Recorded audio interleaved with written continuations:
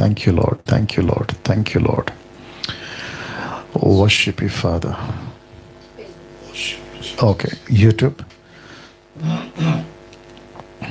Thank you, Jesus. Okay, perfect. दोस्तों, आप सभी का प्रभु यीशु मसीह के नाम में फिर एक और बार बहुत बहुत स्वागत करते हैं। Episode number 5। आप सभी जानते हैं कि एक प्रोग्राम प्रतिदिन रात 8 से 9 बजे तक हम चला रहे हैं और प्रोग्राम का नाम है प्रोग्राम का नाम है पूछो जो भी पूछना है, लेकिन बाइबल में से। जी हाँ, सवाल होगा आपका, जवाब होगा डैनियल राज का, यानी कि मैं। ना आप सभी जानते हैं कि इसको स्टार्ट किए कम से कम हम जो हैं अभी तक क्या कहते हैं 4 एपिसोड कवर कर चुके हैं, और जिसके चलते मैं समझता हूं कि काफी बेहतरीन रिस्पांस, बहुत उम्दा रिस्पांस अभी तक मिल चुका है। प्रतिदिन अगर मैं गलत नहीं हूं 10 से 15 हजार लोग अलग अलग क्लिप्स को मिलाकर फेसबुक पे अलग, यूट्यूब पे अलग, तो मैं समझता हूं कि 30,000 लोग प्रतिदिन इस प्रोग्राम को देख रहे हैं।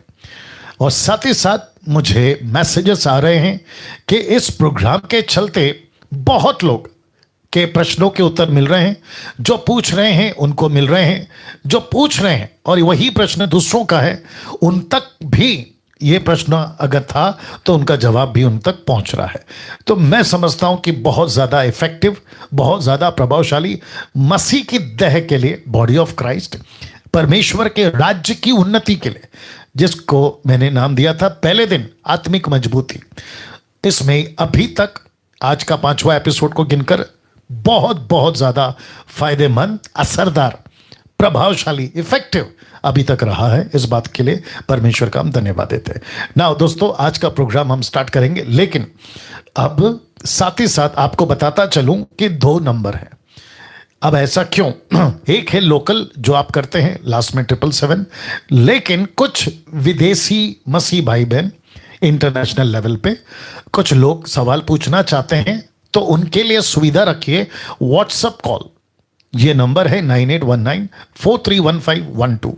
तो मैं समझता हूं कि आप सभी जो विदेश में हैं, भारत के बाहर, क्या कहते हैं, पाकिस्तान से हैं, बांग्लादेश से हैं, आप क्या कहते हैं, नेपाल से हैं, या फिर अफ्रीका से हैं, UK, USA, Israel, middle east, Africa, कहीं से भी हैं आप, अगर ये प्रोग्राम देख रहे हैं और आपके मन में ये है कि यस पास्टर डैनियल, मैं भी जो है वो बात करना चाहता हूं, सवाल पूछना चाहता हूं, तो इंटरनेशनल कॉल के लिए व्हाट्सएप कॉल दिया गया है, तो आप लोग चॉइस कर लें।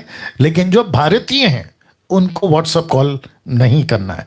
अगर आपने किया और हमने आपको पूछ लिया आप कहां से बात कर रहे हो और आपने कहा कि आप भारत से हैं, तो फिर आपका फोन काट दिया जाएगा। लोकल कॉल भारत के लिए वो है लास्ट में 777, ये दैट मीन्स 9982335777। साथ ही साथ आपको ये नियमों का ख्याल रखना है या ध्यान रखना है। सवाल पूछने से पहले इन बातों का ध्यान रखें। तो नंबर 1 है, अपने प्रश्न को स्पष्ट कर लें या लिख कर रखें, अभी से या पहले से, 1 दिन पहले से, 2 घंटे पहले से। दूसरा, प्रश्न पूछने से पहले आप अपने जगह में शांति बनाए रखें। जैसे कि अगर फेसबुक ये प्रोग्राम लाइव रखें आपके दूसरे लैपटॉप, दूसरा फोन टैब पे, और आप फिर फोन कर रहे हैं, वहां वॉल्यूम है और आप फोन कर रहे हैं, तो डबल आवाज आती है, जिसके चलते आपको हम नहीं सुन पाते, पब्लिक जो देखती है, दर्शक, वो नहीं सुन पाएंगे। तो ऐसे आपको शांति बनाए रखना है। तीसरा, प्रश्न पूछने के बाद आपको चुप हो जाना है, दूसरे शब्दों में शांत हो जाना है, ताकि आप ठीक से जवाब सुन सकें, आप और जितने दर्शक देखते हैं वो। तो चलिए, आज का सबसे पहला कॉल मैं जो हूं लेना चाहता हूं, और आइए पूछते हैं इनका प्रश्न क्या है। जी, अपना प्रश्न पूछिए। जय मसीह पास्टर जी। जी, जय मसीह बहन। मैं बोल रहा, आयुष नाम है मेरा जी। मैं पूछना चाहता हूँ कि हम प्रभु भोज बपतिस्मा से पहले ले सकते हैं या बपतिस्मा के बाद? जी, ये आपका बस इतना ही प्रश्न है? हाँ, और ये पूछना है कि जिस दिन अगर हम प्रभु भोज के लिए तैयार होते हैं, जिस दिन प्रभु भोज होता है, तो उस दिन क्या हमें उपवास रखना जरूरी है या नहीं? गुड, ठीक है। आपका नाम फिर से बताइए। आयुष। आयुष, आपकी उम्र क्या है? 15। आप 15 साल की उम्र में प्रभु भोज का प्रश्न क्यों पूछ रहे हैं? क्योंकि घर में कई जने को दिक्कत है और अगल बगल के लोगों को बताना होता है। अच्छा, और आपका बपतिस्मा हो चुका है?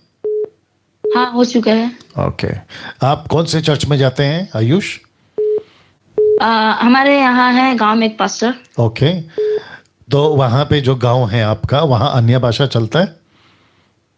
हाँ, वो लोग करते हैं, लेकिन जैसे आप बोले, जैसे जैसे आप प्रचार के उसके बाद मैंने छोड़ दिया वहां जाना। हम लोग कोई नहीं जा रहे। बहुत अच्छा किया, बहुत अच्छा किया। ना चलिए, क्योंकि आयुष 15 साल का लड़का है और इसने प्रश्न पूछा है, तो मैं समझता हूं कि आयुष के प्रश्नों को लेकर आप सभी जितने दर्शक हैं, टोटल बता दीजिए कितने हैं, ऐसे ही बोल दो विदाउट कैलकुलेट। हाँ, 500 प्लस ऐसी बोला करो, ठीक है ना? तो 500 से भी ज्यादा लोग जो हैं अभी देख रहे हैं। आप सभी को आयुष का प्रश्न ये था कि प्रभु भोज क्या बपतिस्मा के पहले ले सकते हैं, और दूसरा उनका ये था साथ साथ में कि प्रभु भोज जिस दिन लेते हैं, महीने में एक बार, हफ्ते में एक बार, क्या उस दिन उपवास रखना है? तो सबसे पहले चीज उपवास वाली बात को क्लियर कर देता हूं कि जी नहीं, आपको उपवास करने का कोई जरूरत नहीं है, ये आपके ऊपर है। दूसरा जवाब इसी का ये भी हो सकता है कि आपके ऊपर है, आप प्रभु से प्यार करते हैं, आपका मसीह जीवन है, आप तय कर सकते हैं, आपको जैसा ठीक लगता है आप वैसे कर सकते हैं, लेकिन किसी प्रकार का नियम बाइबल में अगर पूछोगे तो नहीं है। आपकी मर्जी, आप रखना चाहें रख सकते हैं, नहीं रखना चाहे नहीं रख सकते हैं। और फिर डिपेंड ये भी होता है कि प्रभु भोज कब है, सुबह है या शाम है। अगर सुबह है तो इसका मतलब है आप रोटी खाओगे, हालांकि थोड़ा सा खाओगे, दाखरस भी पियोगे, तो वो मतलब क्या हो गया फास्टिंग का। लेकिन अगर शाम को है तो पूरा दिन आप प्रार्थना में रह सकते हैं, संगति में रह सकते हैं। और साथ ही साथ इसका ये भी ऐड कर देता हूं, अगर आप ये सोच रहे हैं कि शाम को प्रभु भोज है, महीने में एक बार होता है और बाकी 30 या 29 दिन मैं पाप कर लूंगा और एक दिन उपवास करके माफी मांग लूंगा और प्रभु मुझे माफ कर देगा और शाम को मैं प्रभु भोज ले लूंगा, तो ये टोटल गलत है। आपको एक दिन पवित्र नहीं बनना है जिस दिन प्रभु भोज है। आपको एक दिन धार्मिक जीवन नहीं जीना जिस दिन प्रभु भोज है। आपको 365 दिन 24/7 आपको प्रभु के साथ जीवन बिताना है, प्रभु भोज हो या ना हो। तो फास्टिंग को आड़ मत बनाइए, पाप क्षमा के लिए, गंभीर बनने के लिए। आपको प्रभु से प्यार है, फास्टिंग करो, कोई नियम नहीं है, आपकी मर्जी है। फिर प्रश्न पहला वाले का जवाब, क्या बपतिस्मा के बगैर प्रभु भोज ले सकते हैं? जी हां, आप ले सकते हैं। किस कंडीशन पे? उस कंडीशन पे आपका जीवन प्रभु के साथ सही है, आप परमेश्वर के साथ ठीक से चल रहे हैं। लेकिन दिक्कत की बात यह है कि आपका पास्टर, लोकल पास्टर या जिसने आपको डिसाइपलिंग किया है, उनके पास में आपको बपतिस्मा देने के लिए 1 हफ्ते का गैप है, 1 महीने का गैप है, 6 महीने का गैप है। नहीं पता उनकी क्या मजबूरी है जिसके चलते उन्होंने आपका बपतिस्मा रोक के रखा है। तो इसका मतलब ये नहीं है कि जब तक आपका बपतिस्मा नहीं होगा प्रभु भोज नहीं ले सकते। जी नहीं, आप ले सकते हैं। आप बिना बपतिस्मा के उद्धार पा चुके हैं, क्योंकि विश्वास से आपका उद्धार होता है। बपतिस्मा एक प्रोसेस है जो आपको पूरी करनी है। लेकिन बेटा बेटी उसी दिन बन जाते हैं जिस दिन आप प्रभु पर विश्वास करते हैं। पवित्र आत्मा की छाप उसी दिन लग जाती है जिस दिन आप प्रभु पर विश्वास करते हैं। स्वर्ग की संतान, राज्य की संतान उसी दिन बन जाते हैं जिस दिन आपका उद्धार हो गया। तो जब इतना कुछ मिल गया, यीशु अंदर आ चुका है, उसका पवित्र लहू से आप ढाके जा चुके हैं, तो फिर प्रभु भोज क्यों नहीं ले सकते? या लेकिन जो रिलीजियस चर्च है ना, धार्मिक कलीसिया, वो आपको जरूर रोकेगी। लेकिन जिस बाइबल को मैं पढ़ता हूं, राज्य की बात है, परमेश्वर की राज्य की कॉन्सेप्ट में आप बपतिस्मा के बगैर, आपका उद्धार हो चुका है, आप देर सवेर बपतिस्मा ले लोगे, लेकिन आपको प्रभु भोज से कोई रोकना नहीं चाहिए। पीयूष, आशा करता हूं आपका जवाब मिल गया। आयुष जी, या थैंक यू, लगता है फोन रख दिया, कोई बात नहीं दोस्तों, आपको भी प्रश्न मिल गया जी। लगा एक इंटरनेशनल कॉल है, आइए लेते हैं, व्हाट्सएप के थ्रू उनसे बात करते हैं। जी, अपना प्रश्न पूछिए सर। जय मसीह पास्टर जी। जी जय मसीह जी, प्रश्न पूछिए। पास्टर जी, मेरा नाम साजन है, मैं पंजाब से हूँ, लेकिन अभी मैं अबू धाबी में काम करता हूँ, तो उधर से मैं कॉल कर रहा हूँ। अभी मैंने देखा था, व्हाट्सएप नंबर दिया था आपने कॉल के लिए। पास्टर जी, मेरा छोटा सा सवाल है, सिर्फ मैं मसीह में हूँ, लेकिन थोड़ा बहुत पाप मेरे से हो जाता है। मुझे ये पूछना है कि मसीह में होकर अगर आप सिगरेट और तंबाकू वगैरह छोटा मोटा नशा करते हो, तो ये भी पाप है या ये नॉर्मल पाप नहीं है? ओके, आपके प्रश्नों का उत्तर दे देता हूं, आप लाइन में बने रहें। जी, भाई साहब का प्रश्न है, आबू धाबी से है शायद ये, ठीक है ना, या जो भी अरब कंट्री से, मिडिल ईस्ट से। ये कह रहे हैं कि छोटा मोटा पाप कर सकते हैं। वाह, अमेजिंग। जी नहीं, आप नहीं कर सकते। आप, इन्होंने कहा कि मेरा छोटा सा सवाल है, फिर साथ में इन्होंने ये भी कहा कि मैं छोटा सा पाप करता हूं। तो सिगरेट, नशा, गुटखा, तंबाकू छोटा पाप कैसे हो गया? और पहली बात तो परमेश्वर की लिस्ट में छोटा पाप, बड़ा पाप, पाप नंबर 1, पाप नंबर 2, ए पाप, बी पाप, सी पाप, ऐसा कुछ नहीं है। पाप पाप है। और मैं समझता हूं कि अगर आप इसकी आड़ बनाते हो, यार छोटा सा सिगरेट तो है, जी नहीं, आप आज्ञा तोड़ते हैं। सिगरेट आप एक क्या कहते हैं ना, दम लगाओ, या एक बार पियो, या 30 ml पियो। क्योंकि मैं मसीह में आने से पहले बार टेंडर था, 7 साल मैंने स्टार होटलों में काम किया एज अ बार टेंडर। तो छोटा सा पियो, 30 ml, 60 ml, या पूरी की पूरी बॉटल गटक जाओ। गलत गलत है ना, आज्ञा तोड़ना है वो। तो किसी तरह का कोई इजाजत आपको नहीं है। जो भाई साहब ने प्रश्न पूछा है, आपको बताता चलूं सर, ये पाप है, आप पक्का नरक जाओगे अगर आपने नहीं छोड़ा ना। पास्टर जी जी बोलिए बोलिए। जी जी जी पास्टर जी, माफ करना, मैं एक छोटा सा सवाल और पूछना चाहता हूँ। पास्टर जी, मैं बपतिस्मा ले चुका हूँ जी, उसके बाद मैंने नशा छोड़ दिया था जी, लेकिन फिर अभी इधर काम पे मैं आ गया ना, तो काम पे मैं डे शिफ्ट में था 7 महीना, तो मैंने कोई नशा नहीं किया। लेकिन जब से मेरा नाइट शिफ्ट हो गया ना, तो वो आदमी खाने पीने वाला था, तो वो लोग को देख के मेरा दारू भी स्टार्ट हो गया, सिगरेट भी स्टार्ट हो गया, और तंबाकू भी स्टार्ट हो गया। आप पक्का तो नरक अभी जाओ। मेरे को फिर से बपतिस्मा लेके छोड़ना पड़ेगा, या मुझे ऐसे कुछ प्रार्थना वगैरह करना ओके पड़ेगा? ओके ओके, मेरी बात सुन लीजिए ना। भाई साहब का मैंने वॉल्यूम कम कर दिया क्योंकि आपको भी वो सुनाना है। ये भाई ने अगर दारू नहीं छोड़ा, ये पक्का नरक जाएगा। डंके की चोट पे बोल रहा हूं, पक्का नरक जाएगा। लेकिन अगर ये कहता है कि मैं छोड़ना चाहता हूं, रिपेंट करना चाहता हूं, तो क्या वापस बपतिस्मा लेना है? तो इनको बताता चलूं कि जी नहीं, आपको बपतिस्मा नहीं लेना है, लेकिन आपको मन फिराना है। और इस कदर मन फिराना है कि चाहे रात की ड्यूटी हो या दिन की ड्यूटी हो, अरब कंट्री में हो या किसी भी जगह पे, लॉस एंजलिस अमेरिका, जहां पाप का भरमार है, उसके बावजूद आपको ऐसा निर्णय लेना है, आप जिंदगी में कभी उसको हाथ नहीं लगाओगे। जी भाई साहब। ठीक है पास्टर जी, अभी मैं प्रार्थना करके यानी कि इसको छोड़ने की कोशिश कर सकता हूँ? नहीं सर, आप कोशिश नहीं करेंगे, आप इसको पूरा छोड़ेंगे, नहीं तो आप पूरी तरह से संसार में चले जाओ। जी, बीच का रास्ता नहीं है हमारे पास, या तो इस तरफ या तो उस तरफ। यीशु ने कहा या तो ठंडा या तो गर्म, बीच में कोई रास्ता नहीं है। मेरा प्रचार ऐसे ही है, मैं इसी तरीके से कहूंगा, क्योंकि यीशु की बातें हैं। यीशु ने 38 साल वाले व्यक्ति से क्या कहा? अगर तू फिर से पाप करेगा, इससे भयंकर बीमारी में पड़ेगा। और पौलुस क्या कहता है? 1 कुरिन्थियों 11:23 से आगे वो कहता है कि प्रभु भोज लेते वक्त अगर तुम्हारा जीवन ठीक नहीं है, तुम्हारी मौत या तो कमजोर या बीमार या तो मर जाओगे। सीधी बात है। और पाप का परिणाम क्या है? मृत्यु। मैं भी तो वही कह रहा हूं। देखिए, बहुत सारे मसीलों, खास करके आज के 21वीं सदी में, और जिसको कहते हैं मॉडर्न क्रिश्चियंस, ऐसा लगता है कि उनको बाइबल है ना एक सेकेंड ऑप्शन है। माफी चाहूंगा, यहां थोड़ा कड़क हूं मैं। उनको लगता है कि बाइबल सेकेंड ऑप्शन है, यीशु मसीह सेकेंड ऑप्शन है। सबसे पहला यह है कि मेरी आदतें, मेरी ख्वाहिश, मेरी जिंदगी, मेरी इच्छा, मेरा शरीर, मेरी जरूरतें, उसके चक्कर में तुम खत्म हो जाओगे। तो भाई साहब को कहना चाहता हूं कि जितनी जल्दी हो सके कोशिश नहीं करना है, आपको छोड़ देना है। जी, नेक्स्ट कॉल। जी, 777 पे व्हाट्सएप कॉल नहीं करना है। 777 पे व्हाट्सएप कॉल नहीं करना है, नहीं तो कल से मैं व्हाट्सएप का ऐप हटा दूंगा, तो ना रहेगी बांस ना बजेगी बांसुरी। जी, प्रश्न पूछिए। जी, प्रश्न पूछिए।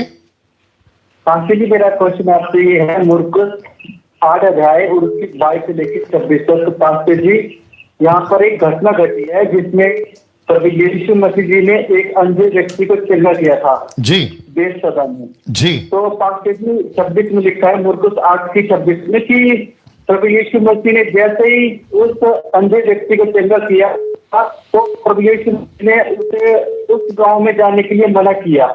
जी, तो पास्टर मेरा आपसे क्वेश्चन ये है कि प्रभु यीशु मसीह ने उसे अपने गांव में जाने के लिए क्यों मना किया, या हम बोल सकते हैं पास्टर जी की अपनी गवाही क्यों नहीं दी, पास्टर जी क्यों मना किया अपनी गवाही देने से? ठीक है। आपका नाम क्या है? पास्टर जी अभय मसीह। अरे वाह, आपका नंबर बहुत लगता है आजकल। ओके, अभय का फिर से प्रश्न है, काफी दिनों से कॉल कर रहे हैं और कोइंसिडेंट ये है कि उनका नंबर लग जाता है, बाकी लोगों का नहीं लग पाता है, माफ़ी चाहूँगा, लेकिन चिंता की बात नहीं है, मैं लगातार आता रहूँगा जब तक आप लोगों के प्रश्न पूरे नहीं हो जाते। कीप कॉलिंग, कीप ट्राइंग, या कोशिश करते रहें। ठीक है, इनका प्रश्न था कि यीशु ने किसी को चंगाई दी और उसको कहा कि उस गांव में या अपने गांव में वापस नहीं जाना। नंबर 1, देखिए वहाँ पे डिटेल नहीं है, उस वक्त की घटना क्या थी, उस वक्त की परिस्थिति क्या थी, वो सिनारियो क्या था, वातावरण क्या था, इसका रिकॉर्ड नहीं है। यीशु ने क्यों मना किया उसका भी वहां पे उत्तर नहीं लिखा है, लेकिन अस्यूम कर सकते हैं, प्रिडिक्ट कर सकते हैं, राइट? क्या कहते हैं उसको, कल्पना कर सकते हैं कि क्यों कहा होगा। हो सकता है कि यीशु को पता होगा कि ये व्यक्ति जिसको मैंने अभी ठीक किया है, ये हो सकता है कि गांव में जाके पूरा प्रोपेगेंडा कर देगा, बड़ा प्रचार कर देगा और पूरा का पूरा गांव मेरे पास आ जाएगा, और जिसके चलते मैं दूसरे गांव में नहीं जा पाऊंगा। नंबर 1। नंबर 2, ऐसा भी हो सकता है कि ये व्यक्ति अगर वापस पहुंचे, जिस बीमारी के पाप के चलते बीमारी, पाप के चलते अंधापन या जो भी समस्या ये झेल रहा था, ये वापस उसमें ना जाए, ये हो सकता है। तो मैं समझता हूं कि अभय अगर इसके पीछे क्या वजह है, एक्यूरेट, परफेक्ट, जब हम स्वर्ग जाएंगे तब पता चलेगा। लेकिन मैंने जैसे कहा कि अजम्पशन या क्या कहते हैं, कल्पना कर सकते कि ऐसी कोई बातें हुई होगी, और इसके पीछे ज्यादा माथा खराब करने की जरूरत नहीं है अभय।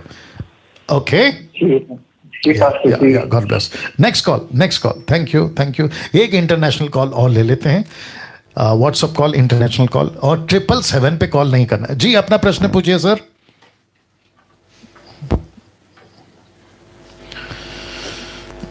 जी अपना प्रश्न पूछिए सर। हेलो,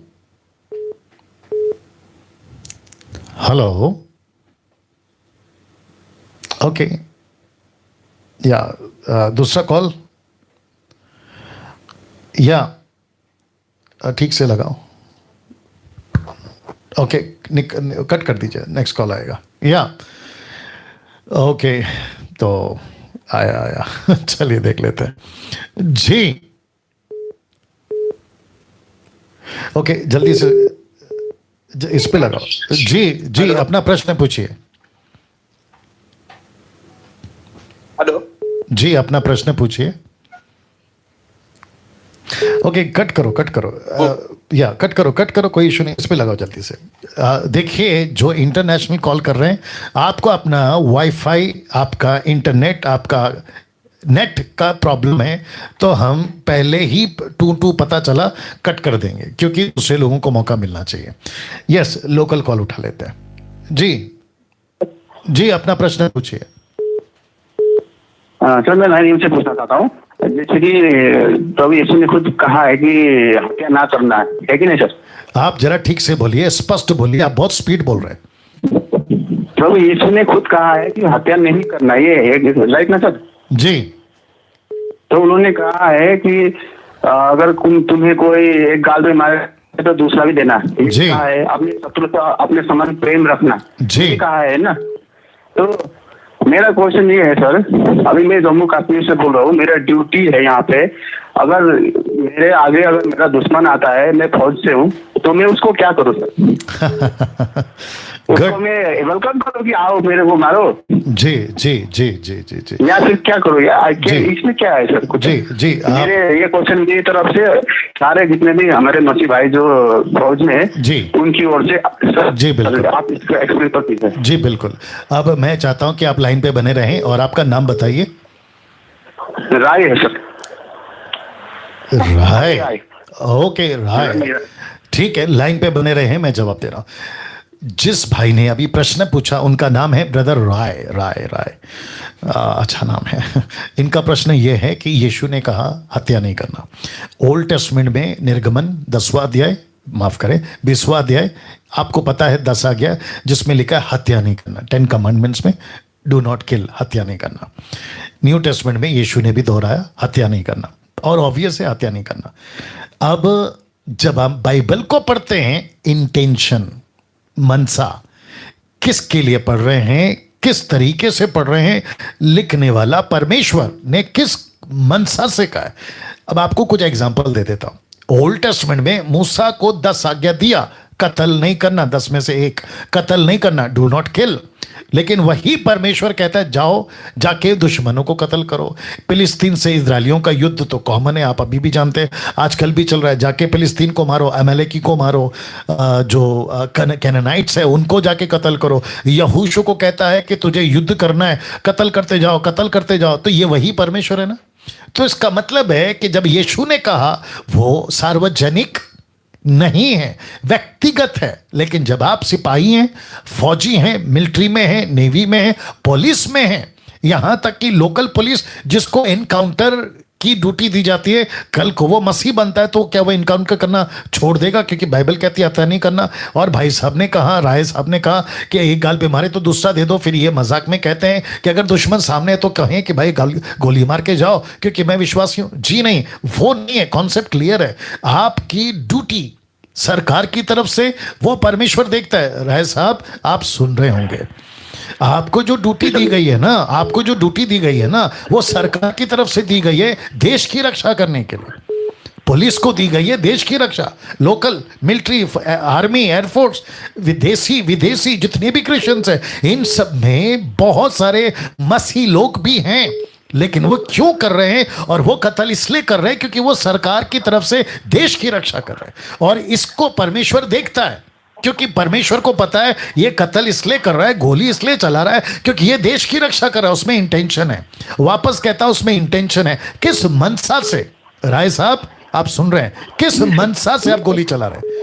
अभी उसी बंदूक को लेकर, ध्यान से सुनिएगा राय साहब और जितने दर्शक है, जल्दी बताओ, 1200 से भी ज्यादा जितने दर्शक है, आपको भी सुनना है। आप उसी बंदूक को लेकर जो बॉर्डर के लिए दी है, राय साहब आपको भी जवाब देना है, उसी बंदूक को लेकर आप पड़ोस में गोली मार सकते हैं?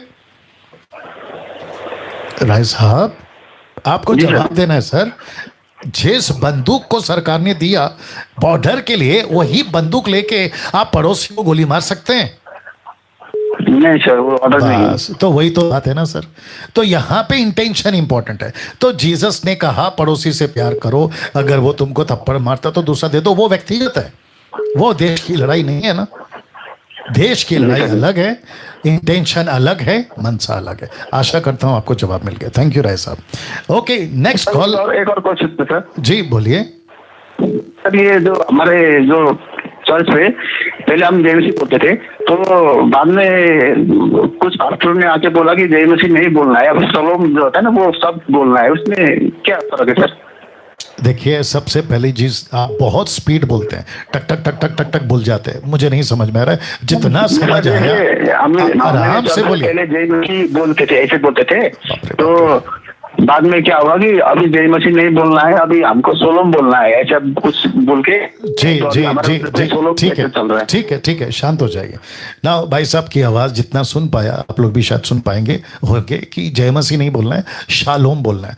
तो मैं राय साहब आपको कहता चलूँ कि आपको जय मसीह बोलना है, जय मसीह ही बोलिए, शालोम बोलना है, शालोम बोलिए। लेकिन अगर कोई थोपता है समझते हैं जबरदस्ती, अगर कानून बनाता है, सुन लीजिए, अगर कोई कानून बनाता है कि आपको जय मसीह नहीं बोलना है, आपको शालोम बोलना है, तो ऐसे पास्टर को और ऐसे लोगों को इजराइल भेज दीजिए। जी सर। हाँ, ऐसे लोगों को इजराइल भेज दीजिए। उनको कहो कि भैया तुम वहां की नागरिकता को हासिल करो और वहां पे जाके सेटल हो जाओ। तो राय साहब के वचन प्रश्नों को लेकर मैं पूरी जितने अभी देख रहे हैं उन सबको कहना चाहता हूँ, कोई जरूरत नहीं है शालोम बोलने की। आपकी मर्जी है, आपको शालोम बोलना है बोलो, लेकिन जबरदस्ती क्यों थोप रहे हो भाई? जिसको जय मसीह बोलना है बोलने दो ना, जिसको प्रेज द लॉर्ड बोलना है बोलने दो ना, जिसको यीशु, जय यीशु, गुजरात में जय यीशु चलता है, क्या कहते हैं, महाराष्ट्र में भी जय यीशु चलता है होगा, या नमस्कार, पौलुस तो नमस्कार करता है। पत्री लिखता कहता है नमस्कार, हिंदी में वही ट्रांसलेशन है। और जैसे आपको ठीक लगे, लेकिन इजराइल हो वाला कॉन्सेप्ट क्यों थोप रहे हो? शालोम शालोम शालोम, कोई जरूरत नहीं है। आप जैसा ठीक लगे वैसा बोले। ओके राय साहब, thank you sir, thank you. God bless you, god bless. Next call international call ले लो। आप पहले सेट करो फिर ऑन करो। जी अपना प्रश्न पूछिए।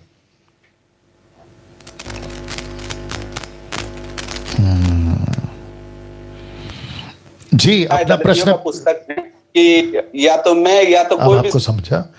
आप कॉल उठा दोगे ना तो उनको लगता है प्रश्न पूछना है, कनेक्ट करके फिर करो। जी आपका प्रश्न वापस पूछिए। सर मैं कल एक दिन को सुन रहा था जी, तो वो उसमें उसने हनोक का पुस्तक से दिखाया जी, क्या हम लोग अंतिम दिन के बारे में स्टडी कर सकते हैं? तो फिर मेरे मन में एक प्रश्न उठा सर जी, गालातिया के पुस्तक का लेकर, क्योंकि लिखा इस तरह की, अगर यदि कोई भी मैं या स्वर्गदूत भी आकर अगर कोई इस वचन से बोले तो उसका मत सुनना। जी। तो मेरा यही ना था, क्या हनोक के पुस्तक से हम लोग अंतिम दिन के विषय में जानकारी ले सकते हैं? Okay okay. आपका शुभ नाम? जी मेरा नाम सनी है सर। आप कहाँ से? सर हम बंगाल से हैं सर। ये बंगाल भारत में है कि भारत के बाहर है? जी सर, कोलकाता सर। तो आप व्हाट्सएप कॉल क्यों कर रहे हैं?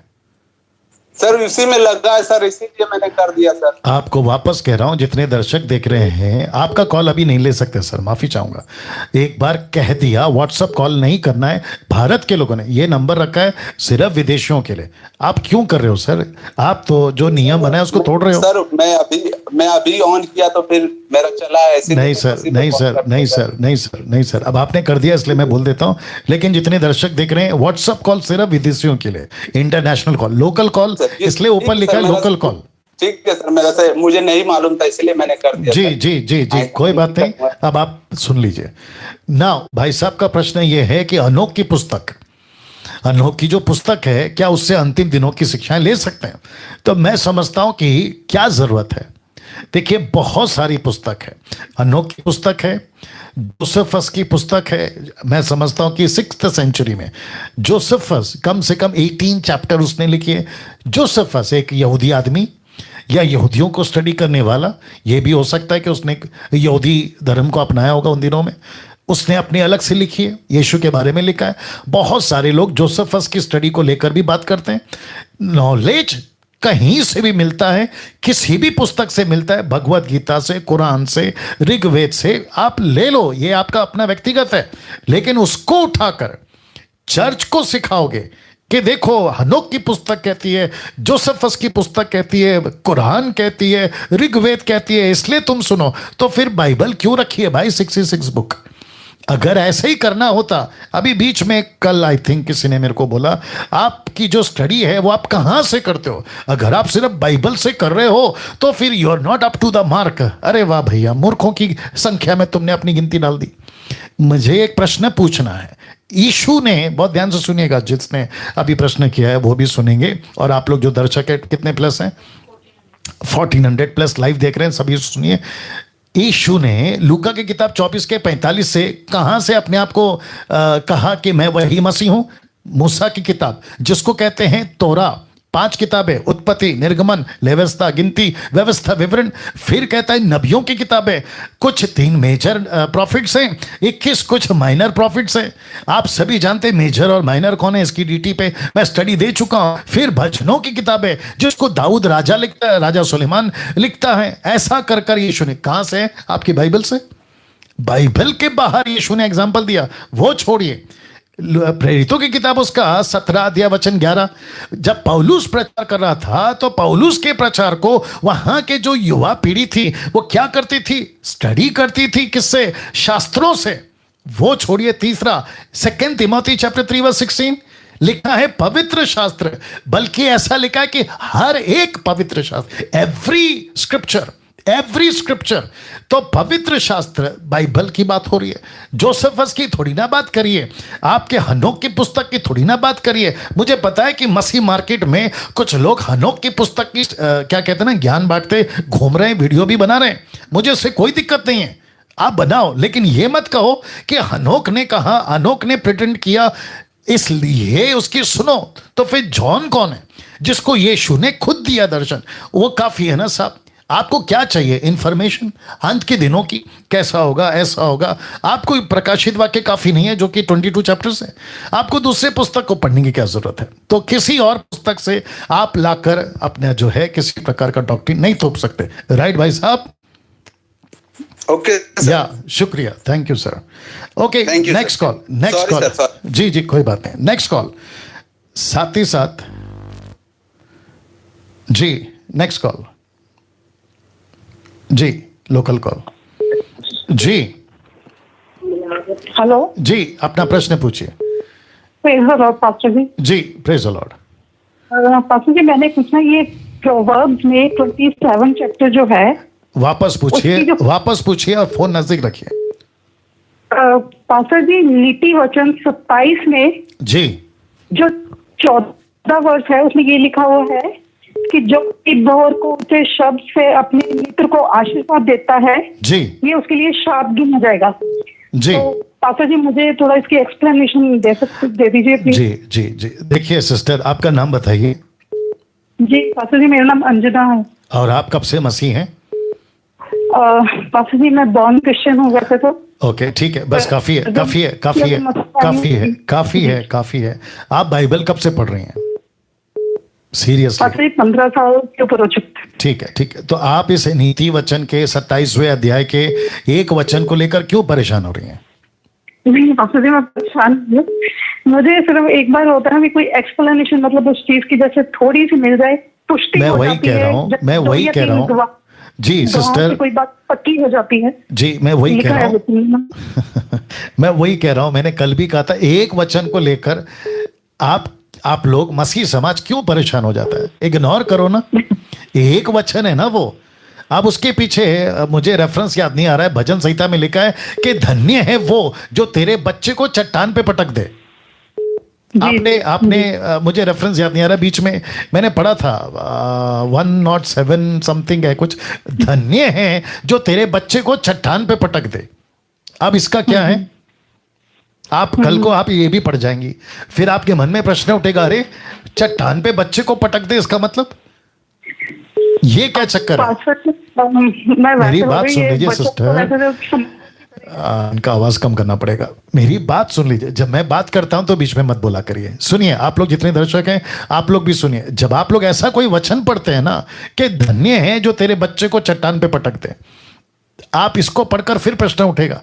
अब इसको हम अंदाजन से लॉजिक लगाकर बोल सकते हैं कि चट्टान, पत्थर, यीशु, बच्चा याकूब उसका पहला का 13-14, पाप गर्भवती होती है, पाप को लेकर यीशु पे पटको, ऐसा लॉजिक लगा सकते हैं। अगर कोई दूसरे को लेकर आशीर्वाद देता है वो श्राप गिना जाएगा। अब उसने क्यों लिखा, उसका पीछे क्या लॉजिक था? ट्रांसलेशन का एरर है, नहीं जानते। किसी चीज को लेकर परेशान होकर उसको फिर इतने बड़े लेवल पे उसको कॉल करना, और एक तो नंबर मुश्किल से लगता है और उस पर ऐसे प्रश्न हैं, तो मुझे कोई लॉजिक नहीं समझ में आ रहा है। जी सिस्टर, आपके पास कोई दूसरा प्रश्न होगा तो जरूर पूछे। I don't understand this. मैं नहीं समझता हूँ कि इसको वो लेके कुछ ये है। जी थैंक यू जी। 777 पे व्हाट्सएप कॉल नहीं करना है, 777 पे व्हाट्सएप कॉल नहीं करना है। जी जी, इंटरनेशनल कॉल। जी हेलो जी, अपना प्रश्न पूछिए। हाँ जी सर, मेरा प्रश्न ये है, लोਕਾਂ ਦੀ किताबों का 22 ਦੇ ਵਿੱਚ ਜਿੱਥੇ ਪਰਮੇਸ਼ਰ ਨੇ ਕਿਹਾ ਸਾਡੇ ਕੋਲ ਕੱਪੜੇ ਹੈਗੇ, ਸਭ ਕੁਝ ਹੈਗਾ, ਤੁਸੀਂ ਆਪੇ ਲੀੜੇ ਵੇਚ ਕੇ ਤਲਵਾਰ ਲੈ ਲਓ। सर, आप सबसे पहले नींद से जाग जाओ। आप जिस तरीके से बात कर रहे हो ऐसा लग रहा है कि अभी आप नींद में हैं। आप जब कॉल करते हैं ना सर, तो आपका स्पष्ट आना चाहिए, आवाज एकदम स्पष्ट आना चाहिए, बिल्कुल सटीक पूछिए। ओके सर जी। मेरा सवाल ये है, ਲੋਕਾਂ ਦੀ किताब 22 ਅਧਿਆਏ जी, ਉਹਦੇ ਵਿੱਚ ਬਚਨ ਪਰਮੇਸ਼ਰ ਦਾ ਆ, ਉਹ ਕਹਿੰਦਾ ਵੀ ਜਿਹਦੇ ਕੋਲ आपको पंजाबी में नहीं पूछना है, आपको हिंदी में पूछना है, हिंदी में। सर हिंदी मेरे को नहीं आता, हम पंजाब से चलिए हैं। Next call, next call, next call, next call. दिक्कत है। या जी, नेक्स्ट कॉल। बाप रे, कितना स्ट्रगल कर रहे हो तुम। जी जी अपना प्रश्न पूछें। पासी जानती की जी जय मसीह।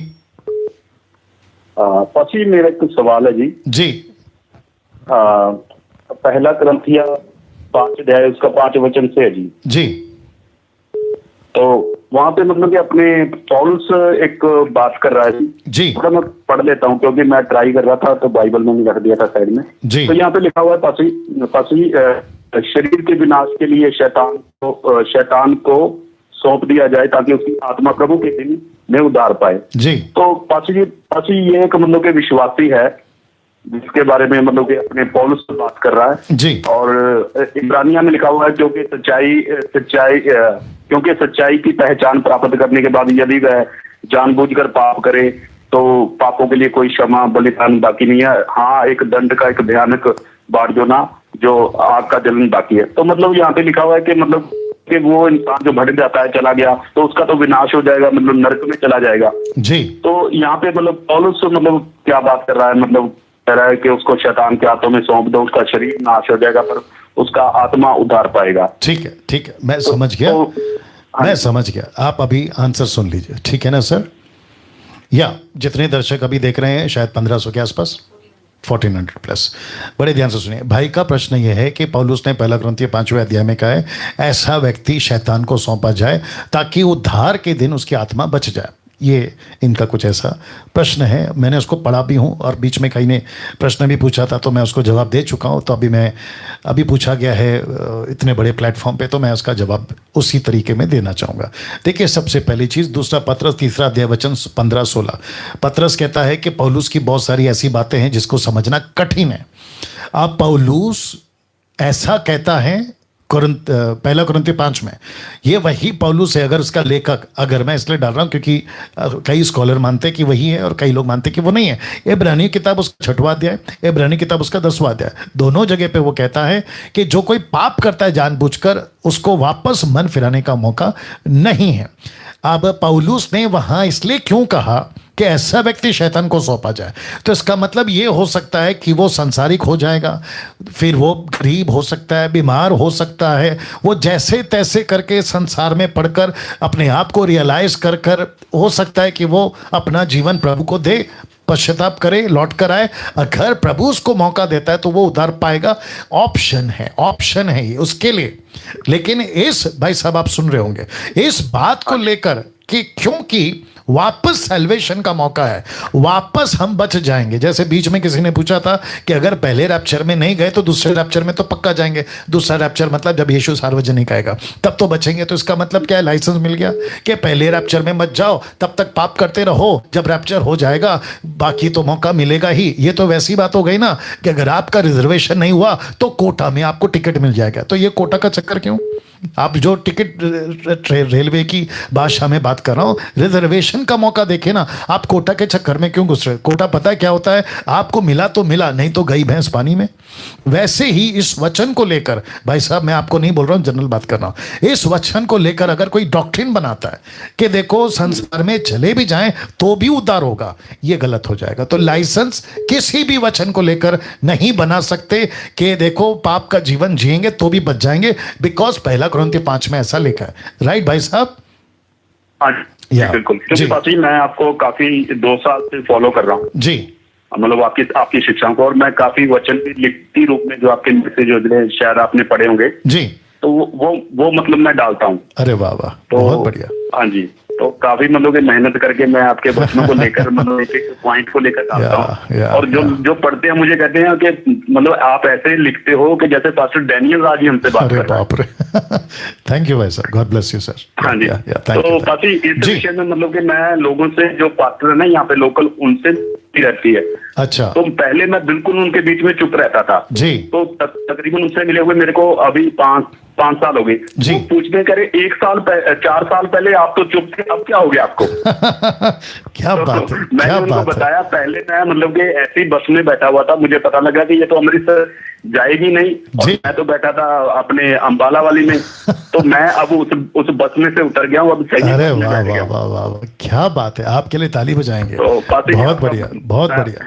प्रभु का धन्यवाद करता हूँ, परमेश्वर ने आपसे मिलाया और लॉकडाउन में मिले प्रभु। अरे वाह, thank you sir, thank you. और मैं हर दिन मतलब के मैसेज डालता हूँ आपके। अरे वाह, thank you sir, thank you, god bless you sir, keep doing this, keep doing this. ना बहुत बहुत शुक्रिया। ना भाई ने जो लास्ट में कहा कि अब मैं चुप नहीं बैठूंगा, तो उसी बात को लेकर मैं आप लोगों को भी कहना चाहता हूँ, नहीं डरना किसी के बाप से।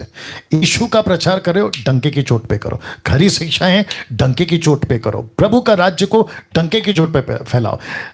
मन से राज ठाकरे साहब की जो क्या कहते हैं, मुंबई में जो पॉलिटिशियन पार्टी है, मन से नवनिर्माण सेना, नवनिर्माण से राज ठाकरे, नॉट उद्धव ठाकरे, राज ठाकरे साहब का जो ग्रुप है, मन से जिसको कहते हैं शॉर्ट में, नवनिर्माण सेना, उनका एक कार्यकर्ता फेसबुक के ऊपर एक छोटी सी वीडियो बनाई थी। मैं वो सुनकर, क्योंकि स्क्रॉल करते करते आ जाती हैं, मैं सुनकर भौचक्का हो गया कि वो कहता है कि राज ठाकरे साहब, मैं आपके साथ खड़ा हूँ और मैं थोड़ी ना 100 साल के लिए जीने के लिए पैदा हुआ हूँ, आपके लिए मैं जान देने को तैयार हूँ। मैंने वो जज्बा देखा, मैंने कहा हड्डी मांस का इंसान के लिए, कोई हड्डी मांस का इंसान इस तरीके से जज्बा रख सकता है, तो यहाँ तो मैं बात कर रहा हूँ सृष्टिकर्ता परमेश्वर की। तो इस परमेश्वर के लिए हम थोड़ी ना 100 साल जीने के लिए पैदा हुए हैं। हमको थोड़ी ना टाटा बिरला अंबानी बनना है, हमको थोड़ी ना रोडपति और लंदन का प्रिंस बनना है, बीएमसी मर्सिडीज में, ऑडी में घूमना है, 2 BHK बंगला विले में। हमको यीशु की सेवा करना है, डंके की चोट पे करना है। I hope you got the point. Next call जी, अपना प्रश्न पूछिए। कट करो, नेक्स्ट कॉल जी, अपना प्रश्न पूछिए। हेलो जी, अपना प्रश्न पूछिए। कट करो, पीछे आवाज आ रही है, कट करो। वापस कहते हैं कि आप जब भी कॉल करते हैं, एक तो मुश्किल से आपका नंबर लगता है, क्योंकि कम से कम 100 लोग टक टक टक टक करते रहते हैं, उसी में आपका नंबर लगता है। ऊपर से आप पीछे अपना म्यूजिक लगा के रखते हो, मतलब ये प्रोग्राम की आवाज आ रही होती है, मतलब क्या हो गया, टाइम वेस्ट आपका, मेरा। जी, नेक्स्ट कॉल पूछिए, प्रश्न पूछिए सर। हेलो जी सर, मेरा नाम रेनू सप्रा है, जय मसीह की। जी, जय मसीह। मेरे को पूछना है, ये मती जो है 9:36, आपने पिछली बार बोला था कि चेलों ने कहा था प्रभु हम किस प्रकार से प्रार्थना करें, आपका मैंने प्रचार पंजाब में सुना था जी। तो आपने कहा सब लोग ये तो प्रार्थना करते हैं कि हे हमारे पिता तू जो स्वर्ग में, लेकिन ये कोई नहीं करता जो 36 में आपने बताया था। जब उसने भीड़ को देखा तो उसको लोगों पर तरस आया, क्योंकि वे उन भेड़ों के समान जिनका कोई रखवाला ना हो, व्याकुल और भटके हुए से थे। तब उसने अपने चेलों से कहा पक्के खेत तो बहुत है पर मजदूर थोड़े हैं, इसलिए खेत के स्वामी से विनती करो कि वह अपने खेत काटने के लिए मजदूर भेजे। इसका मुझे मतलब समझ नहीं आया कि हम इसको प्रार्थना कैसे करें, ये मुझे सुनना है बस, प्रार्थना कैसे करनी है। जी, बहुत बहुत हमारे पिता तो मैं रोज करती हूँ, बस ये बता दीजिए आप प्लीज। जी जी, बहुत बहुत शुक्रिया आपका प्रश्न के लिए। आपका नाम क्या है? मेरा रेनू सप्रा है जी। मैं आपको बहुत लाइक करती हूँ, आप इतना सबसे ज्यादा अच्छे वर्ल्ड में पास्टर हैं। आप इतना अच्छा सिखाते हैं, इतने ईमानदार मैंने दुनिया में नहीं देखा। प्रभु आपको बहुत बहुत आशीष दे, आप जैसे लोग आ जाएं तो दुनिया ही सुधर जाए। जी, बहुत बहुत शुक्रिया, ये आपका बड़प्पन है जी, बहुत बहुत शुक्रिया। आप अभी जवाब सुन लीजिए। रेनू, राइट, रेनू सपना, ओके। बहन रेनू सपना जी का सवाल था कि मत्ती 9:36 में यीशु ने कहा प्रार्थना करो कि परमेश्वर मजदूर भेजे। ये क्या है, इनका प्रश्न है ना। जैसे मैंने कल कहा था, डे बिफोर यस्टरडे कहा था, एक वचन को लेकर किसी प्रकार के नतीजे पे नहीं आना है कभी भी। जितने स्कॉलर्स हैं बाइबल के, मसीह के राज्य के, जितने सो कॉल्ड ट्रू डॉक्ट्रिन के प्रीचर्स हैं, उनको भी पूछिए, मैं उसमें एक हूं, मुझे पूछिए। जैसा लिखा है कि 2 या 3 गवाह के बगैर कोई बात को प्रूफ नहीं किया जाता है। तो रहा सवाल मत्ती 9:36 का कि एक वचन यीशु ने कहा कि प्रार्थना करो, अब उसको लिया, अब नहीं समझ आ रहा, जैसे बहन ने कहा नहीं समझ में आ रहा, तो फिर आपको पहुंचना है दूसरे वचन पे। वो कौन सा है? रोमियो 8:26। माफ करें, रोमियो 8 का 26, रोमन्स 8:26, यहां पे लिखा कि तुम नहीं जानते कि प्रार्थना कैसे करना है, तो पवित्र आत्मा सिखाएगा और पवित्र आत्मा आपके बिहाफ में प्रार्थना करेगा कि उसके लिए कैसे प्रार्थना करना है। तो पवित्र आत्मा में इफिसियों का 6वां अध्याय वचन मैं समझता हूं कि 18-19 में लिखा है आत्मा में प्रार्थना, और इसी को यूदा की किताब भी कहते हैं कि आत्मा में प्रार्थना। तो पवित्र आत्मा से व्यक्ति जो भर चुका है पहले से, वो व्यक्ति क्या करता है, परमेश्वर से पूछता है, पवित्र आत्मा से पूछता है, अभी मेरा जो शहर है पंजाब, राजस्थान, कर्नाटका, बांग्ला, क्या कहते हैं, महाराष्ट्र या जो भी विश्व का, उसके लिए मैं क्या करूं। तो पवित्र आत्मा आपके बिहाफ में इंटरसीड करता है, जिसको हिंदी में कहते हैं मध्यस्थता। तो सिस्टर जी आप शायद सुन रही हैं, तो पवित्र आत्मा दिया गया यीशु की उस बात के बाद बहुत सारी टीचिंग है, हमको उसको भी समझना होगा। यूहन्ना की किताब 14 से लेकर 17वें अध्याय तक यीशु कहता है कि तुम नहीं जानते, लेकिन पवित्र आत्मा के तुमको सब सिखाएगा, ये बात है जी। तो मत्ती का 9 का वो स्टेटमेंट, फिर रोमियो 8 का 26 का स्टेटमेंट, फिर पवित्र आत्मा सिखाएगा वो स्टेटमेंट, इन सबको क्या करना है ना सिस्टर, एक साथ देखना है, तब जाकर चीजें क्लियर हो जाएगी। एक छोटा सा एग्जांपल और दे देता हूं, आप शायद इससे कनेक्ट भी जाएं, और जितने देख रहे हैं 1500 के ऊपर अभी लोग हैं, उनको भी कहना चाहता हूं कि मेरी लड़की जिसका नाम है सलोमी, अब उसकी एज को 24 साल के या 24 प्लस है वो, तो वो सबसे पहले जाती थी लोअर केजी, उसके बाद अपर केजी, फिर 1 से लेके 10 तक, फिर उसके बाद कॉलेज, अब वो करती है जॉब। तो ऐसा सोचिए कि लोअर केजी की पुस्तक से लेकर कॉलेज तक की टेक्स्ट बुक तक अगर उसके पास में है, अगर उसको उठाकर अगर वो अभी पढ़े और मुझसे प्रश्न पूछे या किसी से भी, ये लोअर केजी में ऐसा क्यों लिखा है, तो फिर मैं उसको क्या कहूंगा, भाई तेरा टाइम चला गया ये प्रश्न पूछने का। फिर पहली क्लास की पुस्तक उठाकर अरे ये ऐसा क्यों है, तो फिर कहेंगे कि अरे भाई इसका भी टाइम चला गया, क्योंकि ये पहुंच गई है, कॉलेज भी पार कर चुकी है, अब ये खुद एक क्या कहते हैं, दूसरों को सिखाने वाली स्टूडेंट नहीं, टीचर लेवल में आ गई। तो फिर लोअर केजी वाली बातें क्यों। वैसे ही बाइबल पढ़ते वक्त में बहुत कुछ लिखा होता है, शुरू में, आगे, बीच में, ऊपर, नीचे, पहले, आगे, उसको सबको एक साथ लाकर फिर देखना होता है कि भैया ओके इसका मतलब ऐसा है। आई होप सिस्टर आपको जवाब मिल गया होगा। जी सिस्टर, या बहुत बहुत शुक्रिया, god bless you sister. Next call जी, अपना प्रश्न पूछिए। जी अपना प्रश्न पूछिए। हेलो जी अपना प्रश्न पूछिए सिस्टर। जय मसीह की पास्टर जी। जय मसीह। मेरा प्रश्न था सपने पुस्तक से, सपने 3:9 में। हेलो, आपको प्रश्न पूछना है सिस्टर, बीच बीच में हेलो मत करिए, आप पूछते जाइए। आपने कॉल किया है ना, तो आपको प्रश्न करना है, हेलो हेलो नहीं करना है। नहीं, आवाज नहीं आ रही थी आपकी आवाज ओके। आप लोग जितने लोग कॉल करते हैं, आपकी आवाज अगर मुझे नहीं सुनाई देगी तो मैं कहूंगा, लेकिन आपकी आवाज मुझे सुनाई देती है। मेरी आवाज आपको क्यों आएगी, क्योंकि मैं शांत बैठा हूं आप लोगों की आवाज सुनने के लिए। तो प्लीज बात करिए, आप डायरेक्ट प्रश्न पूछिए मेहरबानी करके। हाँ, मुझे जानना था क्योंकि मैंने काफी दिन से आपके ये आपका प्रोग्राम देख रही हूँ, तो मुझे अन्य भाषा के विषय में काफी कंफ्यूज था। जो आपसे मैंने सीखा, जो सुना, उसमें मुझे काफी कुछ क्लियर हुआ। तो मैं इस बटन पे जाके अटक गई थी, नई और शुद्ध भाषा बुलवाऊंगा, सपना 3:9 में। जी जी, तो आपका प्रश्न क्या है? आपका प्रश्न क्या मतलब क्या है? जी, आपका ये प्रश्न है कि सपनिया 3:9 में शुद्ध भाषा बुलवाऊंगा, आप ये पूछना चाहती हैं कि वो क्या है? हाँ जी। ओके, और आपका अन्य भाषा को लेकर कॉन्सेप्ट क्लियर है या फिर अभी भी दिक्कत है?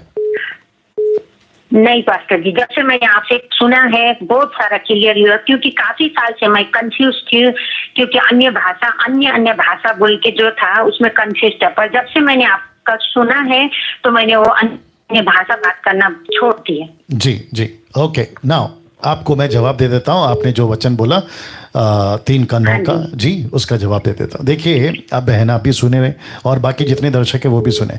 यीशु को क्या कहा गया था प्रोफेसी के टाइम पे कि एक नबी आएगा। निर्गमन के 18वें अध्याय में एक नबी आएगा, तुम्हारे ही बीच में से एक नबी आएगा। तो नबी का काम क्या है? बातें करना। नबी का काम क्या है? प्रोफेसी करना, प्रोफेटिक बातों को करना, ठीक है ना। यीशु के बारे में जॉन ने क्या कहा? यूहन्ना 1:1 में आदि में वचन था, वचन परमेश्वर के साथ था और वचन ही परमेश्वर था। 14 क्या कहता है? वचन देहधारी हुआ। और आपने जिस पुस्तक का कोट किया है वहां पे लिखा है कि शुद्ध भाषा। तो इसका मतलब क्या है? परमेश्वर एक ऐसी भाषा, मतलब वचन, स्क्रिप्चर, वचन के द्वारा। और फिर यूहन्ना की किताब उसका 17 अध्याय वचन 20 से आगे क्या कहता है? मैंने तेरा वचन उनको सौंप दिया है। यीशु कहता है मैंने तेरा वचन उनको सौंप दिया। तो बात हो रही है स्क्रिप्चर की। जब यीशु प्रचार करते थे मत्ती के 7वें अध्याय वचन 23-24 में, तो लोग कहते थे ये कैसे बातें करता है, ये तो अधिकारियों की तरह बातें करता है। तो बात हो रही है वचन की। और फिर साथ ही साथ इफिसी किताब उसका 5वां अध्याय वचन 26 क्या कहता है? कलीसिया को वचन के स्नान से शुद्ध करूंगा। किसके? वचन के स्नान से शुद्ध करूंगा। Right sister? तो ये कोई लैंग्वेज नहीं है, ये कोई शब्द नहीं है, वो बात हो रही है वचन की, स्क्रिप्चर की। तो शुद्ध भाषा मतलब वचन था। वचन वचन वचन, या क्योंकि आप जो हिंदी पढ़ रही है ना वो ट्रांसलेशन हिंदी है, लेकिन जो ओरिजिनल है ना वो वैसा नहीं है जैसे आप हिंदी में पढ़ती हैं।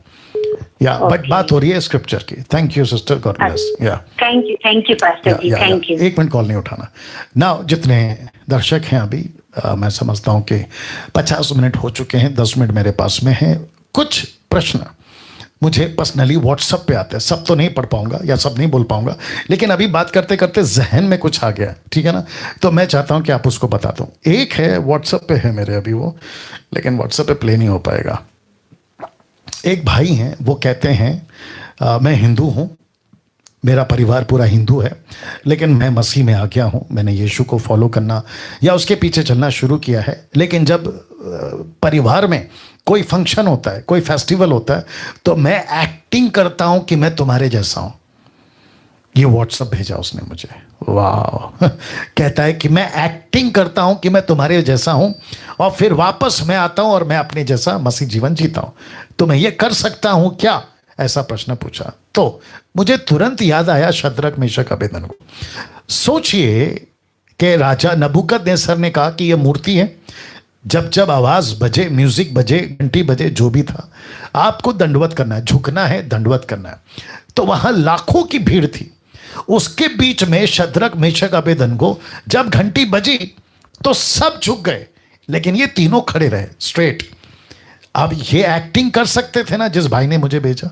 अगर वो अभी सुन रहे हैं, मैं आप पे आलोचना नहीं कर रहा हूं और आपको पब्लिकली नीचे नहीं गिरा रहा हूं, लेकिन हो सकता है कि आपकी सोच की तरह कई लोग और होंगे, आपको भी जवाब, उनको भी जवाब। तो सोचिए, फीता बांधना, फीता बांधते समझते, लेस, जूते का लेस, ऐसा लेस बांध रहा हूं, एक्टिंग कर रहा हूं और सबको लगेगा कि मैं दंडवत कर रहा हूं, लेकिन मेरा कॉन्शियस, मेरा ज़मीर कहता है मैं थोड़ी झुका, मैं तो जूते के लेस बांध रहा था। झुक जाता हूं लेस बांधने के, सबको लगेगा कि झुक रहा है, लेकिन मुझे पता है कि मैं लेस बांध रहा हूं। ऐसा कर सकते थे ना वो? जी नहीं, ऐसा नहीं किया। उन्होंने डिक्लेयर किया कि तुम्हारी मूर्ति जो परमेश्वर के सामने कुछ नहीं है, धूल है, डस्ट है, क्या कहते हैं, कूड़ा कचरा है, मैं उसके सामने क्यों झुकूं? ऐसे शद्रक मेशक अबेदनगो जो बेबीलोन नेम्स है, उन तीनों ने नहीं झुका। नाटक कर सकते थे, एक्टिंग कर सकते थे, नहीं किया। ये हो गया एक। दूसरा, एक कॉन्सेप्ट चल रहा है और वो कॉन्सेप्ट है सीक्रेट बुक से। आपको पता होगा सीक्रेट बुक्स, अगर किसी को नहीं पता गूगल पे जाइए और टाइप करिए सीक्रेट बुक। एक लेडी है जो अभी कुछ 2000 के आसपास में उसने निकाली थी, जिसकी बिक्री अच्छी खासी हो रही है और 50 से भी ज़्यादा लैंग्वेजेस में उसका ट्रांसलेशन हो चुका है। उसका ये कॉन्सेप्ट है कि अगर आपको कुछ भी चाहिए तो चीज़ों को क्लेम करो। क्या करो? क्लेम, CLEAM, क्लेम, हाँ, CLAIM, क्लेम। वाह, मतलब कुछ चीजों को आप, जैसे कि आपको गाड़ी चाहिए, आप शोरूम में जाओ, गाड़ी पे हाथ रखो, जो चाहिए उसके ऊपर हाथ रखो और कहो यीशु के नाम से मैं ये गाड़ी को क्लेम करता हूं। क्लेम का हिंदी शब्द क्या होगा? घोषणा, घोषणा, आई थिंक घोषणा है, या मैं घोषणा करता हूं या हासिल करता हूं या क्लेम करता हूं। क्लेम आप समझ गए होंगे ना। हाँ, वैसे ही आपको क्या करना है, मुझे दावा, हाँ ये हिंदी शब्द है, दावा करता हूं, क्लेम करता हूं, दावा करता हूं। आपको पॉजिटिव बताया डॉक्टर ने, पॉजिटिव है आप कोरोना वायरस से, आपको क्लेम करना है कि मैं पॉजिटिव नहीं नेगेटिव हूं। वाह भैया। फिर कहते हैं आप गरीब हैं, क्लेम करो आप अमीर हैं, बिजनेस नहीं चल रहा, क्लेम करो। ये टीचिंग कहां से आया? सीक्रेट बुक से, दूसरे शब्दों में लूसीफर से, शैतान से। अब मुझे ऐसे पास्टरों को, ऐसे प्रीचरों को और ऐसे बाइबल टीचरों को जो ऑनलाइन आकर चर्चेस में या मीडिया पे आके सिखाते हैं, मैं उनसे पूछना चाहता हूं, मुझे बाइबल का कॉन्टेक्स्ट के साथ में एक स्क्रिप्चर बता दो कि आपको क्लेम करना है कोई भी चीज को। भाई साहब, क्लेम नहीं करना है, आपको 2-3 चीजों का ध्यान रखना है। नंबर 1, क्या परमेश्वर के राज्य में आप उसका काम कर रहे हैं? अकॉर्डिंग टू मैथ्यू 6:33 आपको प्रभु कहता है सारी चीजें दूंगा। और कम ऑन यार, अभी मुझे गुस्सा आ रहा है। क्या आप अमीर बनने के लिए मसीह में आते हो? आप अमीर बनने के लिए मसीह में आते हो? आप अमीर बनने के लिए बाइबल पढ़ते हो? आप अपनी नौकरी के लिए, बिजनेस चल जाए, मेरी बेटी बेटा की शादी हो जाए, मेरा दुबई का, अमेरिका का, क्या बोलते हैं इसको, यूके का वीजा निकल जाए, मैं इसलिए चर्च जाता हूं, ये कॉन्सेप्ट है आपका, तो तुम गलत हो, तुम गलत हो, और जो सिखा रहा है वो भी गलत है। तो क्लेम का ऑप्शन टोटल गलत है। तो क्लेम नहीं करना है, आपको प्रभु की मर्जी पूछना है। और जब तुम प्रभु के रास्ते में चल रहे हो तो यीशु ने खुद कहा है, परमेश्वर सबको खाना खिलाता है, जंगल में जानवर को, आकाश के पक्षियों को, तो वो कहता है कि वो तुमको क्यों नहीं खिलाएगा? वो आपको संभालेगा ना, आप तो उसकी सेवा कर रहे हैं। तो फिर आप ये क्लेम के चक्कर में क्यों पड़ गए? मुझे बड़ा गुस्सा आया उस व्यक्ति के ऊपर जो कह रहा था कि claim it, claim it, claim it, आपको क्लेम करना है, क्लेम करना है, चीजों पे घोषणा करो। क्या क्या बोला? घोषणा क्या है? दावा, दावा करो, ये मेरा है, दावा करो। ये सीक्रेट बुक का टीचिंग है, ये शैतान का नरक का पिट से आया हुआ टीचिंग है। कभी नहीं करना, प्रभु की मर्जी पे चलो, दैट्स इट। प्रभु को पता है क्या चाहिए, आप प्रभु की खोज करो ना, प्रभु आपकी जरूरत पूरा करेगा। ये क्लेम का चक्कर कहां से आएगा? तीसरा, फिर उसके बाद कॉल लेंगे। तीसरा, एक व्यक्ति है, नाम तो खैर मैं नहीं लेता हूं, एक व्यक्ति है, कहता है कि अगर तुमको पवित्र आत्मा नहीं मिला तो पवित्र आत्मा तुम पर कैसे आएगा और तुम पवित्र आत्मा से कैसे भरोगे, उसके कुछ पॉइंट्स बता रहा हूं। ये टोटल नॉन बिब्लिकल टीचिंग है, क्योंकि इस पुस्तक में लिखा है कि जिस दिन यीशु को स्वीकार कर लेते हैं उसी दिन, इफिशियन 1:13, इफिशियन 4:30, 1 जॉन 2:27 और रोमन्स का 8 का आप 3-4 से पढ़ना शुरू करो। लिखा है बिना पवित्र आत्मा के आप यीशु को प्रभु बोल ही नहीं सकते। और यीशु कहता है कि मेरी आत्मा मैं तुम्हें दूंगा। तो जिस दिन आप स्वीकार करते हो, 1 कुरिन्थियों 3:16 कहता है कि तुम्हारा शरीर उसका मंदिर है और परमेश्वर का आत्मा तुम में वास करता है, बसता है, ड्वेल करता है। क्या टीचिंग देते हैं यार ये लोग। अच्छा, फिर कहते हैं कि how to receive 7 point, how to get the holy spirit 5 points. ये सब तमाशा है, नॉन बिब्लिकल है, इसके चक्कर में कभी नहीं पड़ना। जी, क्वेश्चन आ रहा है, कॉल या इंटरनेशनल कॉल, या आइए सुनते हैं। जी, अपना प्रश्न पूछिए। जी, अपना प्रश्न पूछिए।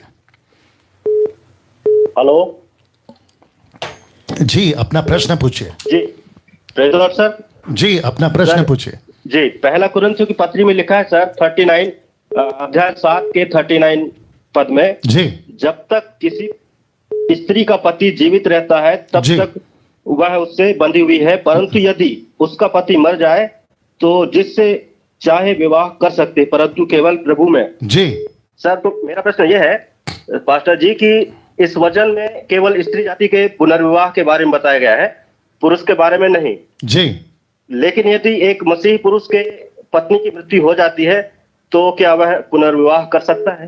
तो मतलब पति कर सकता है, वो पूछ रहे हैं आप, या पत्नी कर सकती है वो पूछ रहे हैं आप? पत्नी कर सकती है, वो तो इसमें दिया है सर जी, लेकिन पुरुष कर सकता है कि नहीं, वो नहीं दिया है। इसलिए मैं स्पष्ट कर रहा हूँ कि इसमें क्या पत्नी की मृत्यु हो जाने पर क्या पुरुष पुनर्विवाह कर सकता है? ठीक है, ठीक है, ठीक है, ठीक है। आपका नाम बताइए। मैं नारायण कुमार लिखता हूँ सर, मंडला मध्य प्रदेश से हूँ। ठीक है, ठीक है, आप शांत हो जाएं, आपका जवाब देता। नारायण जी का मंडला से हैं, मध्य प्रदेश से हैं, ये प्रश्न कर रहे थे। किसी का पति अगर जीवित है तब तक वो बंदी है, अगर पति मर जाता है तो दूसरी शादी कर सकते हैं। तो ये इनका प्रश्न है, वो हो गया पत्नी के लिए, तो पति का क्या? तो जो बाइबल पढ़ता है, जो पूरी बाइबल का जानकार होता है, जो बातों को समझ जाता है, परिपक्व हो जाता है, उसको पक्का पता है कि वचन पुरुष और स्त्री दोनों के लिए। मुझे नहीं पता चलता है कि जब कोई पौलुस का, पतरस का लेटर पढ़ता है तो वो ऐसे क्यों नहीं पढ़ता कि ये पुरुष और स्त्री दोनों के लिए। जब लेटर लिखा जा रहा था तो वहां पे जिसको एड्रेस करा जा रहा था वो पुरुष है या फिर वो स्त्री है, ऐसे एड्रेस करते लिखते वक्त में। लेकिन बुद्धि दी है ना पढ़ने के लिए, इसलिए पवित्र आत्मा के 9 वरदानों में से 2 वरदान बुद्धि और ज्ञान, 1 कुरिन्थियों 12:7-8 से बुद्धि और ज्ञान, और याकूब 1:5 कहता है कि जिससे बुद्धि की घटी हो वो प्रभु से मांगे। तो पढ़ने के टाइम पर आपको पुरुष और स्त्री दोनों को लेके पढ़ना है। इसलिए बहुत सारे लोग कंफ्यूजन हो जाते हैं कि पूरी बाइबल पुरुष पुरुष पुरुष पुरुष पुरुष, अपोस्तल पुरुष, पास्टर पुरुष। नहीं सर, ऐसा नहीं है भाई साहब। आप जो सुन रहे होंगे अभी लाइन पे, आपको भी बताता चलो सर, बाइबल पुरुष और स्त्री दोनों के लिए लिखा है। जी सर। या तो आपको दोनों के हिसाब से पढ़ना है। महान आज्ञा दोनों के लिए, या बपतिस्मा दोनों के लिए, पवित्र आत्मा दोनों के लिए sir. Thank you sir. Sir yeah god bless. Okay, next call. जी, अपना प्रश्न पूछिए। जी, अपना प्रश्न पूछिए। हाँ सर, जय मसीह, प्रेज द लॉर्ड सर। भाई साहब बहुत देर कर दी सनम घर आते आते, जल्दी पूछिए।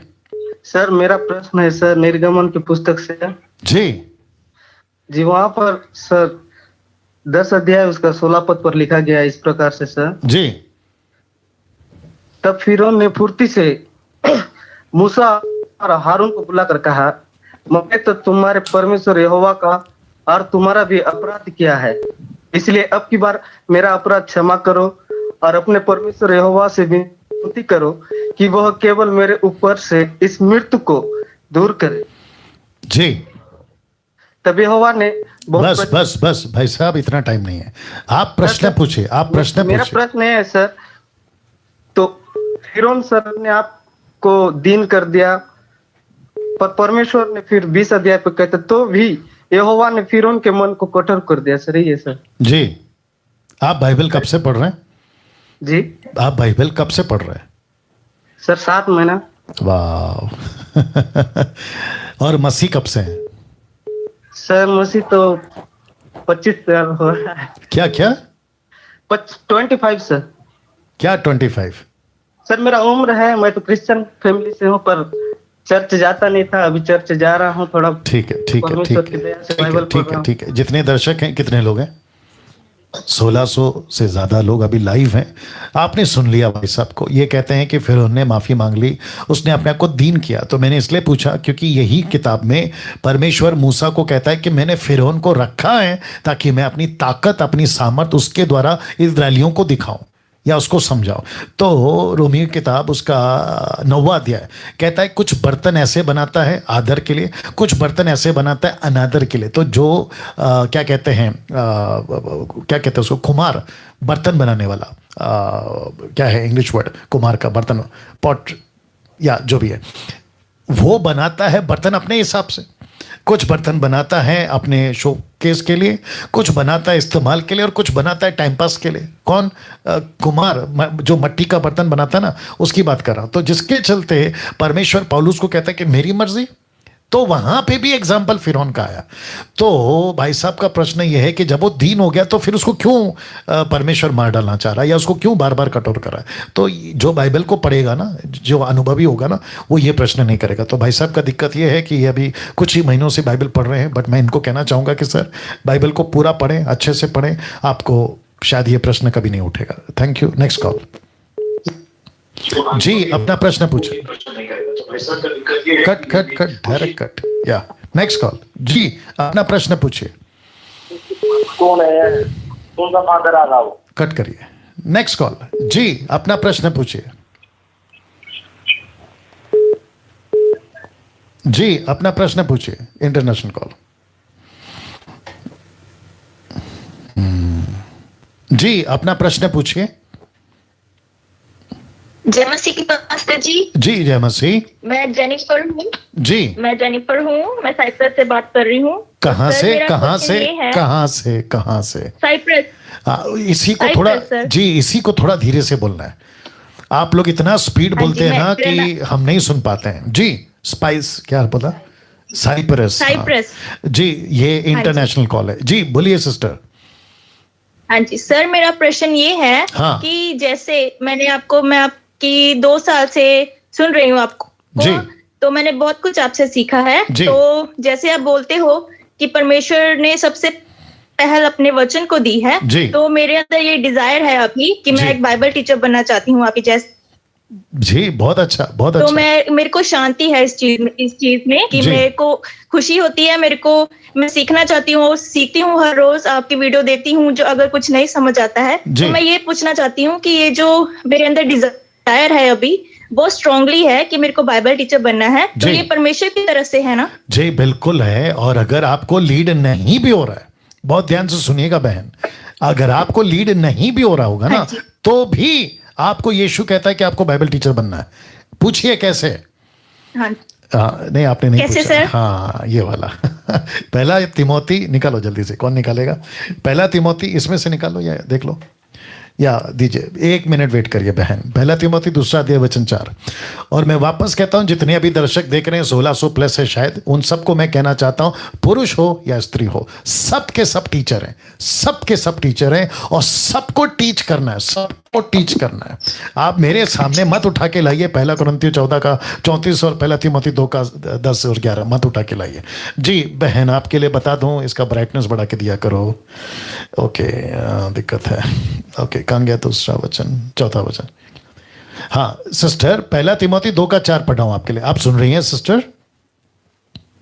यस जी जी जी जी। लिखा है जो यह चाहता है कि सब मनुष्यों का उद्धार हो और वे सत्य को भली बात पहचान ले। तो इसका मतलब है कि प्रभु चाहता है कि पूरी दुनिया का उद्धार हो और जिसका उद्धार होगा वो सत्य को ठीक से जानना है, भली बातें। इसका मतलब है कि अगर उनको भली बातें जानना है तो जिसने गॉस्पेल सुनाना है उसको भी तो पहले भली बातें जानना है ना। यस सर बिल्कुल। हाँ तो इसको कहते हैं कि पुरुष ने भी अपनी तैयारी करना है टीचर के मामले में और आपको महिलाओं को भी टीचिंग के मामले में खुद को तैयार करना है, क्योंकि पवित्र आत्मा दिया ही गया है आपको और मुझको, पुरुष को, स्त्री को, ताकि हम यीशु के टीचर बने, यीशु की बातों के टीचर बने। जी सिस्टर बोलिए।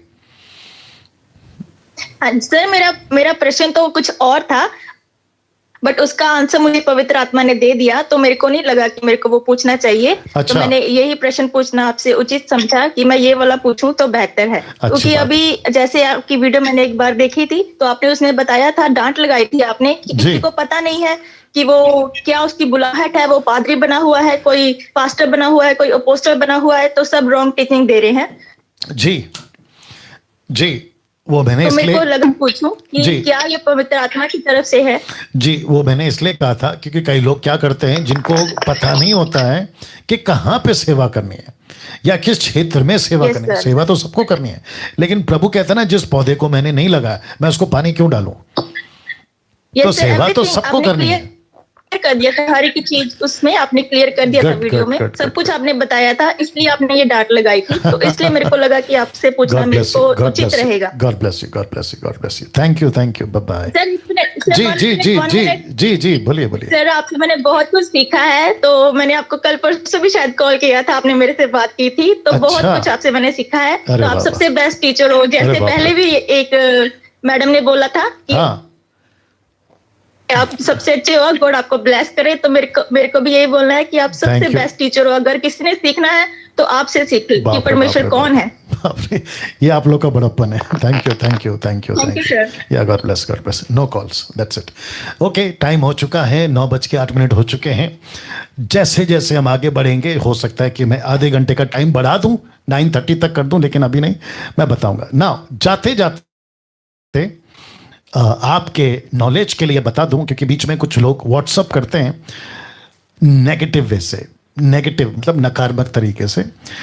अच्छा मुझे नहीं पता, मैं एक टाइम पे सुनता था कि मसीहत में जलन है, जलन जलन जलन, जेलस, बहुत जेलसी, या बहुत है, मैं सुनता था, लेकिन अभी जब से मैं लॉकडाउन से 2 साल से जब फुल फ्लैश में सोशल मीडिया पे कहते हैं ना कि अपनी तलवार लेके उतर चुका हूं, तो बहुत लोगों को तकलीफ हो रही है मुझसे। मेरी नाम जैसे पढ़ते हैं डैनियल राज, पता नहीं क्या दौड़ जाता है उनके बॉडी के अंदर, मालूम नहीं। मेरी सूरत देखते हैं, पता नहीं कौन सा उनको क्या काट जाता है, मुझे नहीं मालूम। बहुत जलस, बहुत जलन उनके अंदर आ जाती है। तो खैर, प्रभु उनका न्याय करे और जल्दी से अगर वो सुधर जाते हैं तो अच्छी बात है, लेकिन चुप बैठना चाहिए ना।